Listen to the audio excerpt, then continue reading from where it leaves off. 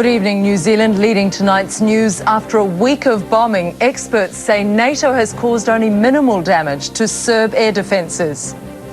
Meanwhile, the people the bombs were meant to help are turning into a nation of refugees. And later in sport, Brian Lara turns a cricket bat into a magic wand to beat Australia.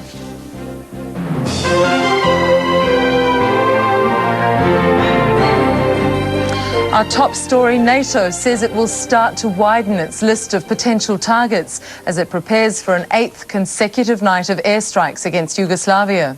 The bombs will probably fall on Serb military infrastructure, possibly the Ministry of Defence and the Ministry of the Interior, to break up Serb military communications. But as Lane Colcott of Channel 9 reports, today was a day where NATO's bombs brought refugees no relief. An image that may prove to be one of the most disturbing of the Kosovo disaster. The apparent forced march of thousands of people leaving the capital of Pristina. Serbs say they are fleeing the NATO bombs. In reality, the Serb military may be driving them out. The pictures are from Serb television, but coincide with reports of ethnic Albanians being rounded up in their thousands, some herded into stadiums and fired on with heavy weapons. In fact, I think we can talk about a modern-day Great Terror going on in Kosovo. Also deeply disturbing, these scenes at the border with Macedonia, a Serb ally now closed to refugees. A handful of people are allowed off the train, then the doors are sealed. The train heads back into Kosovo, with its unwilling passengers so close to escape, now terrified about their fate. There was slim hope of an end to the crisis when Russian Prime Minister Yevgeny Primakov met Serb President Milosevic in Belgrade. But the Serb offer to pull out of Kosovo and allow refugees to return only if NATO stopped bombing was immediately rejected. It is now clear the NATO allies are prepared for a campaign that could run for weeks, still hopeful they can neutralise the Serb military machine. It's now estimated that 120,000 ethnic Albanians have been forced from their homes since airstrikes began a week ago. That's a quarter of the province's entire population. One of the escape routes from Kosovo has been into neighbouring Macedonia, as we saw there. The BBC's Ben Brown reports from the border where thousands arrive every hour. Albanian refugees awake to another morning in hell. After walking for 3 days solid, they had finally managed to make it to this border. But incredibly, the Macedonian government then forced them to stay here out in the open for 24 hours before finally letting them move on. A baby is swung over a campfire to keep him warm. An old woman sleeps on ground that is freezing cold. A child cries for her mother. And a people cry for their homeland. When the refugees were at last allowed into Macedonia tonight, it looked like the whole of Kosovo was emptying out. Almost an entire people on the move across the mountains. Ethnic cleansing on the most staggering scale. Some of them are desperately sick, almost unable to stay conscious after so long on the road. Others thirstily drink water from a cattle trough in despair that they have been reduced to such indignity. 65-year-old Sadia Mahmouti told me that she has not eaten for 2 days. The Serbs, she says, were setting fire to homes, shops and cars in her hometown of Kačanik. Other refugees I spoke to today told similar tales of the terror they have fled from. Refugees like this young civil engineer. And the Serbs are not fighting, you know, they are just killing. For these refugees, exhausted, traumatized and terrorized, it may at last be approaching journey's end. But many of them have friends and family still trapped in Kosovo tonight. Loved ones so far unable to escape from the cauldron of killing there. Meanwhile, the image of the West's war machine has taken something of a beating in the NATO onslaught so far. Despite 7 nights of attacks by cruise missiles and bombing by high-tech warplanes, the Pentagon's admitted things haven't gone as well as the Allies had hoped for. The ABC's John McWethy has tonight's special report. Today, there was a stark admission that all the NATO bombing so far has done nothing to stop Serb ethnic cleansing. It is difficult to say that we have prevented one act of brutality at this stage. This is being done very up close and personal by the Yugoslav army and special police forces in small groups. The fact is, the Yugoslav military, especially its air defenses, is turning out to be much tougher to defeat than some politicians expected. Though NATO has devoted at least a third of its hundreds of bombing missions to attacking Serbia's air defenses, a U.S. intelligence assessment obtained by ABC News says damage thus far has been only, quote, minimal. They understand that we are quite sophisticated at being able to destroy integrated air defenses if they expose themselves. So they've chosen not to do that, not to go force on force with their SAMs against the Western Air Force. Instead, the Serbs hide what they have, constantly testing and probing how NATO reacts, and then they wait for moments of opportunity. They have proven they are good enough to shoot down the F-117 stealth fighter. That makes the decision to use the highly visible, slow-flying A-10 attack plane to go after Serb units doing ethnic cleansing far tougher. You are going to place our pilots at a tremendous amount of risk. That means the A-10s may not be used for days or weeks because of the high likelihood the planes could be shot down. The terrible consequence is that it gives Serb paramilitary units a relatively free hand to continue their atrocities in Kosovo. Here at home, more than 100 New Zealand Albanians marched in Auckland today in support of the NATO offensive against the Serbs. The marchers braved the rain, walking up Queen Street and into Aotea Square. They called on NATO to bring ground troops into the Kosovo conflict and continue its airstrikes. One man spoke to his mother in Pristina 2 days ago and now fears the worst. She said, you have to understand, maybe this is going to be the last time that I'm going to talk to you. And it was a bit hard to talk in that moment. I couldn't hang up the line. I was holding all the time. The Albanians here say their families will surely die at the hands of the Serbs unless NATO escalates its attacks. Meanwhile, the New Zealand government has promised to give $200,000 to assist refugees fleeing from Kosovo. Half will go to the Red Cross, the rest will go to the UN High Commission for Refugees. In news here at home, the government's electricity reforms are in disarray tonight. Tainui Māori have gained a last-minute injunction blocking the split-up of ECNZ. At midnight tonight, the power giant was due to have been split into 3 generation companies in order to encourage competition. Tainui say the split endangers their claim on the Waikato River. Mike Jaspers has the details. A last gasp victory for Tainui's leader. It's a victory, but the war's still to be won. And Crown lawyers still fighting. Well, we're going to the Court of Appeal for a hearing right now. ECNZ split on hold for now. Justice Nicholson arguing it'll harm Tainui's claim on the Waikato River. He says the Crown breached its duty to consult Tainui adequately, breached their legitimate expectations and acted in a way that's inconsistent with the Treaty of Waitangi. At midnight, ECNZ was to split into 3 new companies, Mighty River Power and Genesis, which operate on the Waikato River, and the South Island's Meridian Energy. The Waikato is sacred to Tainui. They're worried about rising river pollution and what may happen after the new power companies start operating. The split is only a step towards privatisation. And once you get private owners in there, they're going to exploit the river for all of its commercial value, to hell with the health of the river. We've spent a considerable amount of time consulting. Their treaty rights are not affected by this plan. The immediate problem, keeping the lights burning. ECNZ's in late-night talks with the 3 new power companies. They say electricity won't be disrupted, but the injunction's creating enormous legal and administrative problems, with all of ECNZ's assets and staff due to transfer at midnight. And the problems will get bigger if the Crown fails to overturn the injunction at the Court of Appeal tomorrow.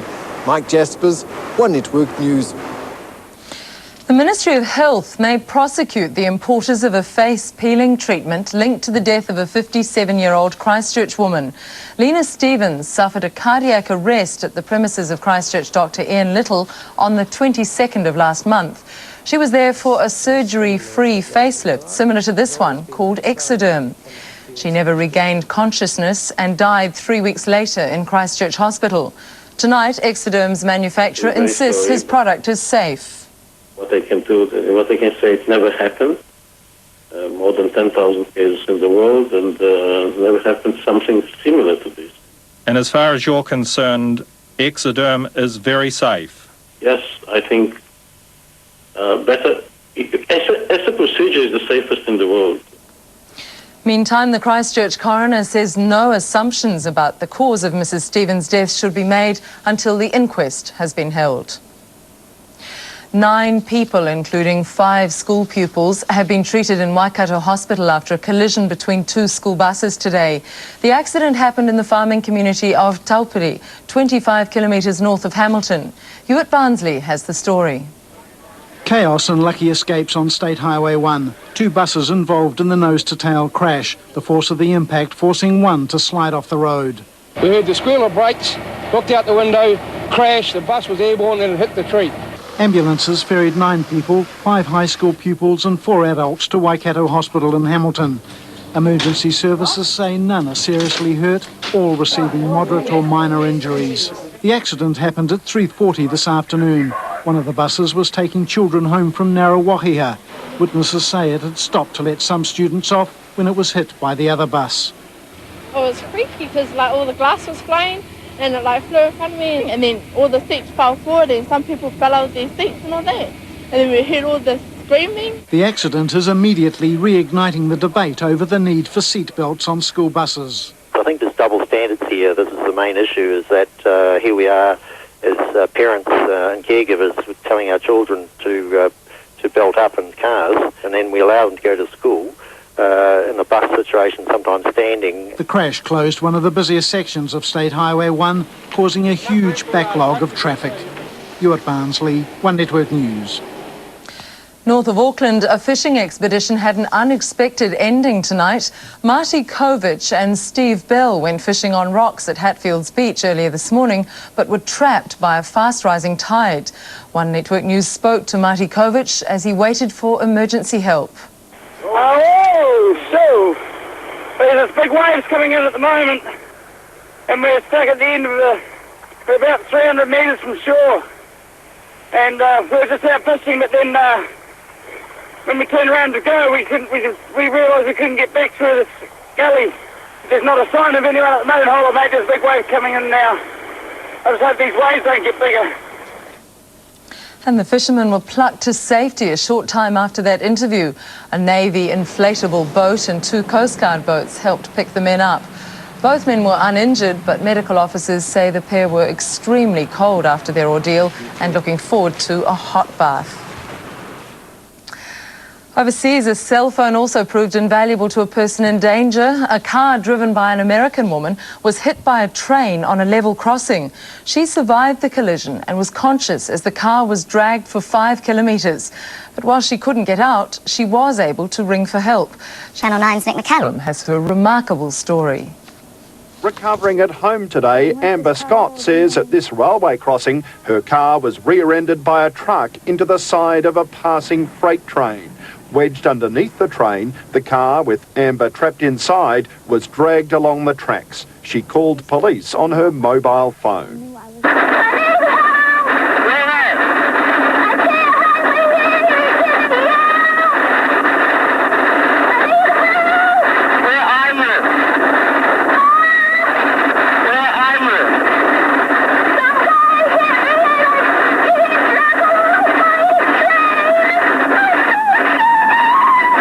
Amber's ordeal lasted 5 kilometres, 7 long minutes.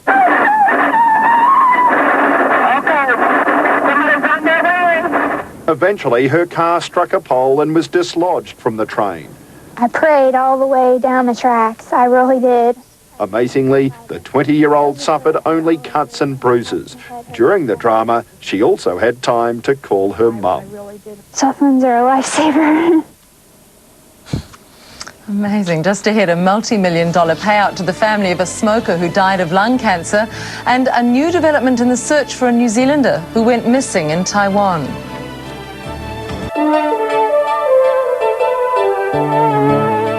Welcome back. An offer in New Zealand may help speed up the search for a Kiwi tramper lost in Taiwan.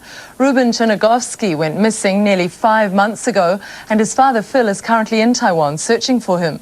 Human remains have been found, but DNA identification could take as long as 2 months, unless some Kiwi ingenuity is brought to bear on the situation. Greg Boyd has the story. Phil Chernikovsky is hoping these aren't the remains of his son Ruben, but he now faces a long wait while DNA tests in Taiwan confirm the identity. Back in Auckland, Phil's cousin Robin says a forensic dentist has offered a quicker method.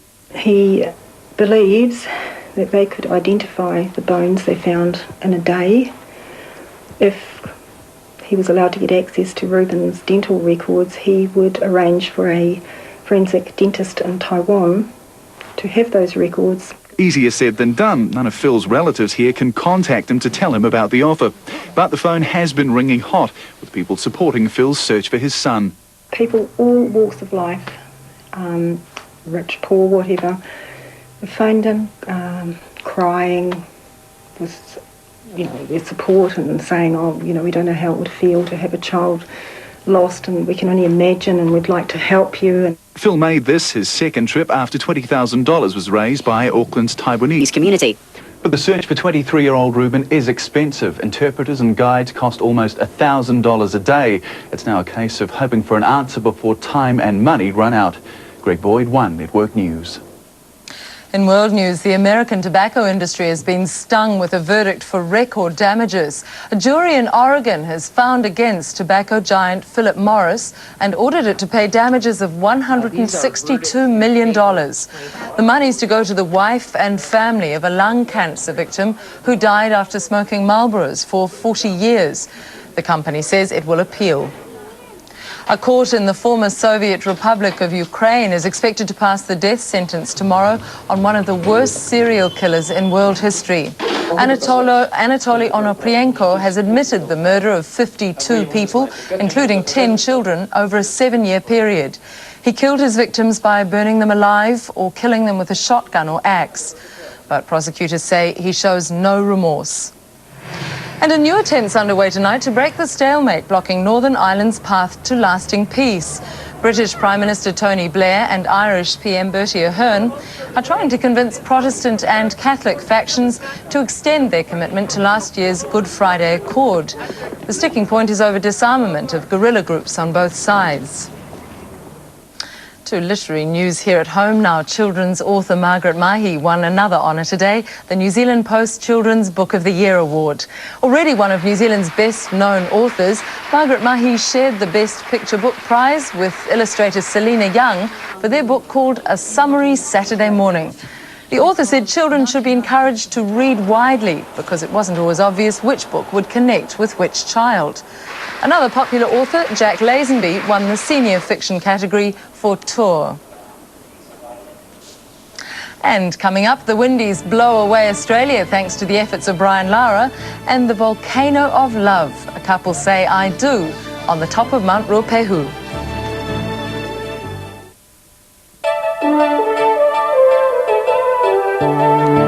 Hello again. In a truly remarkable display of cricket, Brian Lara has led the West Indies to victory in the third test against Australia. Clinton Fletcher of Channel 9 has the story. Even before play, Lara looked the part, but his early partners didn't show the same commitment. Adams joined his captain, and by the end of the first session, Lara was thanking a higher source. Hit straight back to the bowler. After lunch, Lara preyed on the best the Aussies could offer. Long hop, and he's put that out of the ground. The bowlers tried everything, and a mid-wicket bump only added to the little man's fire. This is what Test cricket, international sporting contests are all about. Another Test century didn't help the Aussies. That's his 100. Brian Lara hits it over the top. McGrath wasn't finished yet, with his afternoon spell helping set up one of the most gut-wrenching finishes in Test cricket. Still needing 60, Lara was stranded with Ambrose, who fought like a tiger. Short and in the air. Ironically, it was Lara who offered the chance. In the air, dropped. Big Kirtley finally went with just 6 to go. Welcome Courtney Walsh. And who knows how he survived. He stopped it somehow. With 1 run now needed, Walsh wasn't taking a chance. Lara got the strike back and the test was over. Brian Lara has won the match for the West Indies. Both captains described it as the most exciting test they've played in. Lara was in tears, but offered this later. And we are looking forward to Antigua. We are looking forward to going and make this a 3-1 victory for West Indies. Quentin Fletcher, National 9 News. Excitement indeed, and one of the most incredible come-from-behind wins in Test history. The Windies were 98 for 6 in their first innings, and it's only the 4th time they've scored more than 300 to clinch a Test. They now lead the series 2-1 with 1 to go. Well, after that, let's take a look at tomorrow's weather and see if there's any excitement. A front races over the South Island, bringing some rain or drizzle to western areas and a few showers to eastern places as it passes over. The weather quickly clears behind it in the cooler southwest flow. And then patchy rain slowly clears over the North Island. It'll be mostly fine after that, apart from some cloudy periods in the west, a southwesterly for most places, but the next front will drag a southerly change and a few showers over the far south in the evening. And finally tonight, high-altitude love, also known as Ruapehu romance. It was a midday mountain marriage for keen climbers Peter Zimmer and Claudia Buff. 40 family members and friends hiked up to the dome yesterday to see them swap wedding vows and rings. The couple have known each other for 15 years and they live at National Park. And as for their honeymoon, well, we can only guess where that'll be.